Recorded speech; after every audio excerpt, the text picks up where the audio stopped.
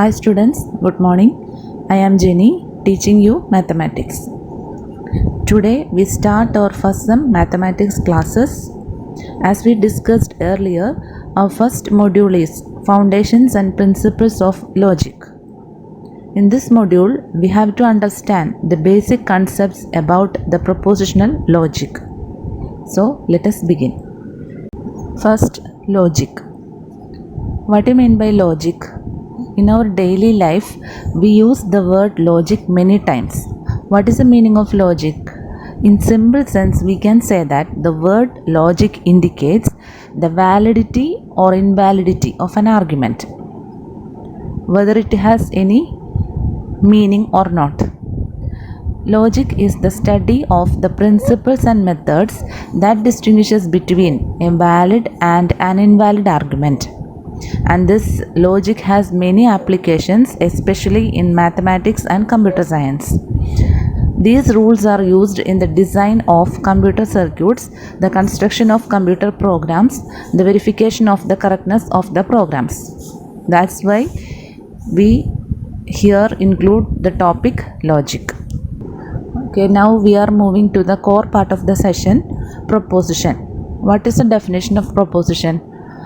A declarative sentence that is either true or false but not both. A proposition is a declarative sentence that is either true or false but not both. What is the meaning? A proposition is a declaration. In simple sense, it is a declaration, and that declaration may be true or it may be false, but it cannot be both at the same time. A proposition may be denoted by the variables like P, Q, R, etc. So these variables that are used to denote the proposition is called propositional variables or proposition variables or statement variable. As I said, a proposition may be true or it may be false.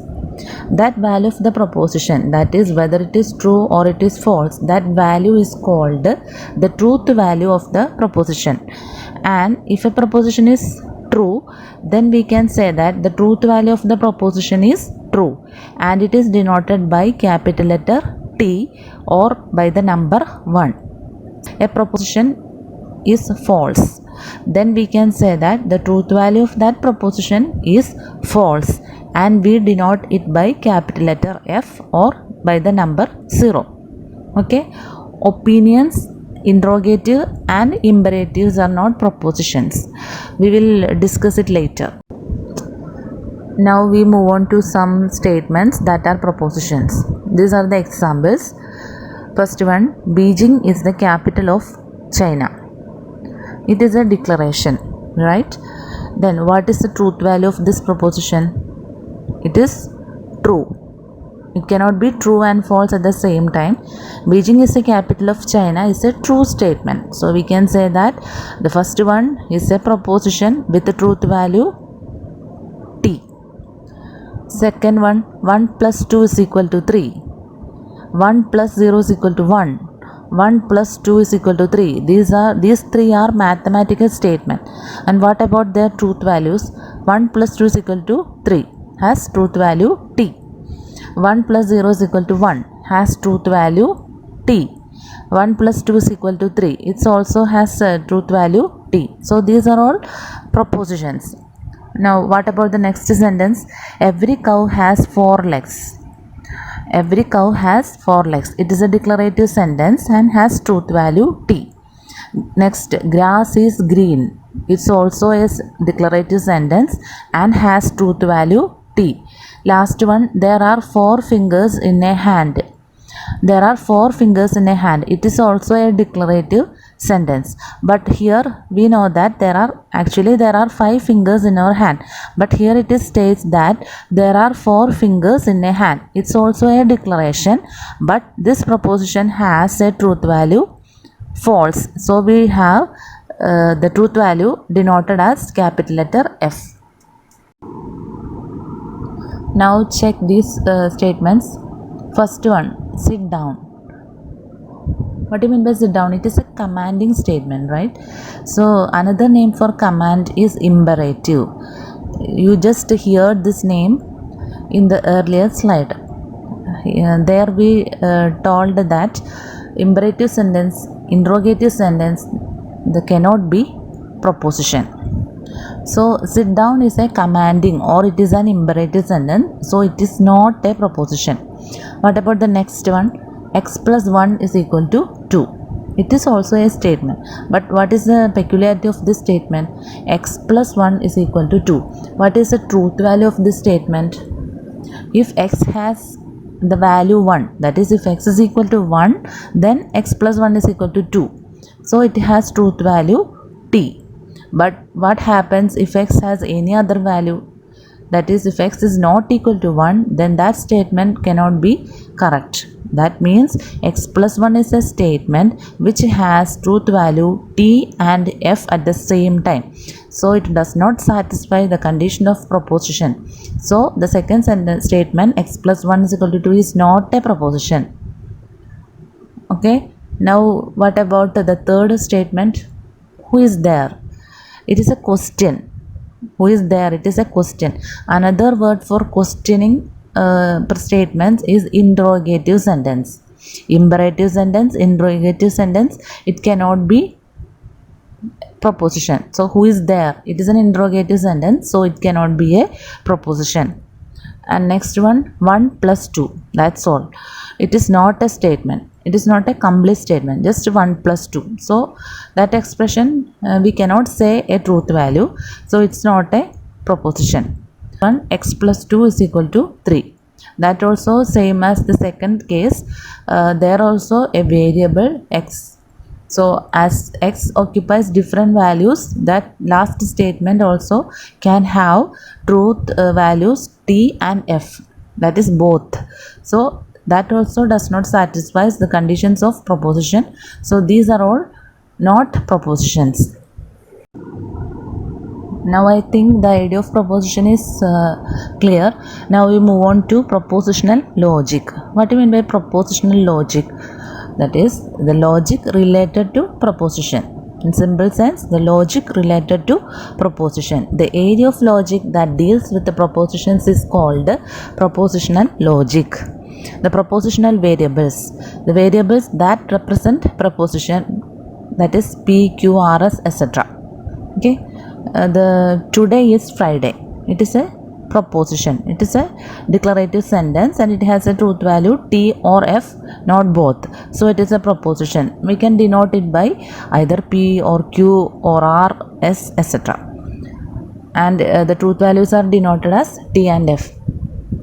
Next is compound propositions or compound statements. The simple statements or simple propositions can be mixed up or can be used to build a compound statement.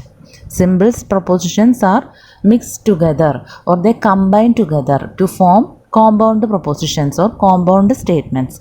Example, first one, 3 plus 2 is equal to 5. It is a proposition. Suppose that proposition is denoted by P. And the next proposition Q, Lahore is a city in Pakistan. So here we can see two proposition, and 3 plus 2 is equal to 5. Lahore is a city in Pakistan. We can combine these two proposition using a connector. We can combine these two proposition using a connector word, and we used a connector word and here. So what will be the combined proposition? 3 plus 2 is equal to 5 and Lahore is a city in Pakistan. Okay, next example for compound proposition, just have a look. Suppose P is the proposition, the grass is green, and Q is the proposition, it is hot today. Then we can combine these two proposition to form compound proposition using the connective word or. Here we use the connective word or. The grass is green or it is hot today. So and or they are used to connect the proposition. They are the connectives. Okay. Third statement, discrete mathematics is not difficult to me. Discrete mathematics is not difficult to me. Here the connected word is not. So the words and or, not, etc. are used to connect They are used to connect the propositions to form combined propositions, and these are called logical connectives. Connectives are used to create a compound proposition from two or more propositions. They are called logical connectives. There are mainly 5 types of logical connectives. First one, negation or not. The symbols are given in brackets. First one, negation or not. Second one, conjunction or and. Third one, disjunction or.